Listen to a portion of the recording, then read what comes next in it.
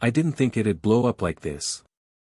But you know how it goes, 1 second you're just trying to have a quiet weekend camping, and the next you're face to face with two HOA Karen sisters who think they run the world. It started with a scream, a slam of an RV door, and a voice so shrill it made birds scatter, "You can't park here.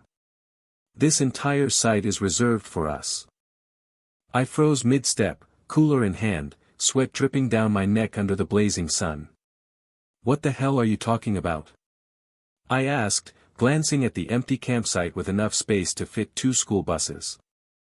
They strutted toward me, matching blonde bobs bouncing like synchronized pom-poms, nails tapping on their clipboards as if this was a corporate takeover.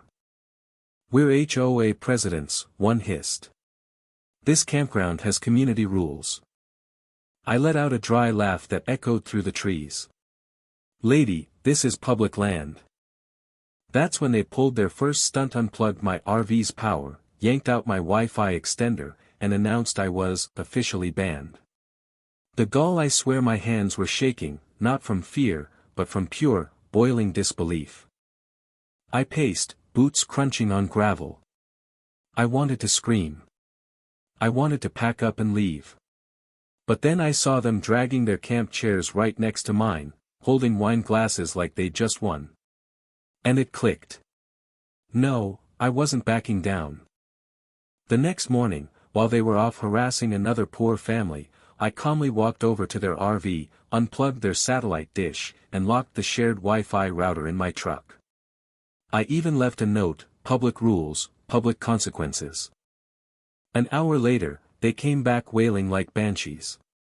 "She's stealing our signal," one screeched, stomping so hard her flip-flop flew off. "Call the police."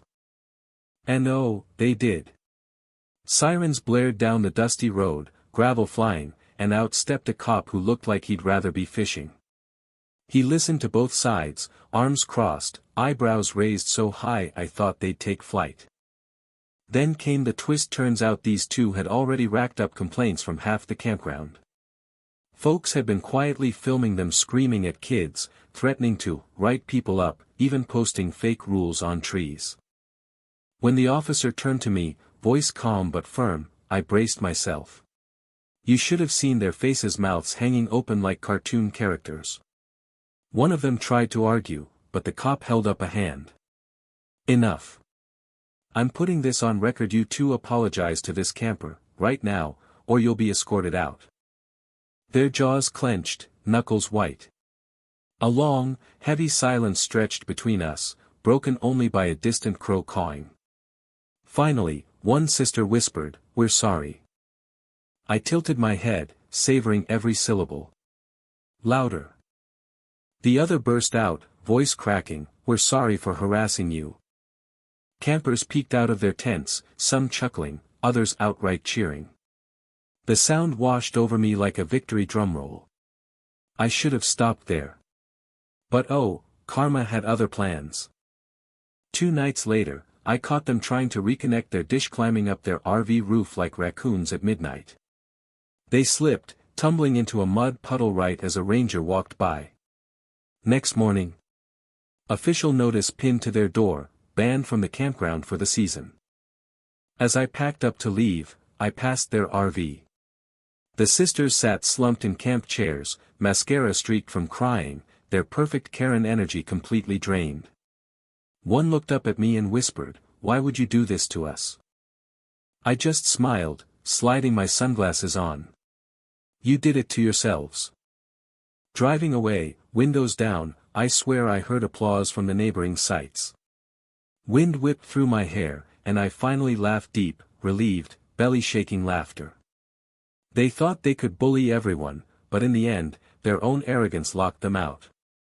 People always ask me if I felt guilty. Sometimes I wonder, but then I remember the smug look they had when they first unplugged my power, like they owned nature itself. And karma's got a funny way of making sure lessons stick. If you love this HOA Karen takedown and want more wild campsite revenge stories, make sure you hit subscribe on my YouTube channel. We're just getting started, and the next one involves a lawsuit that'll blow your mind.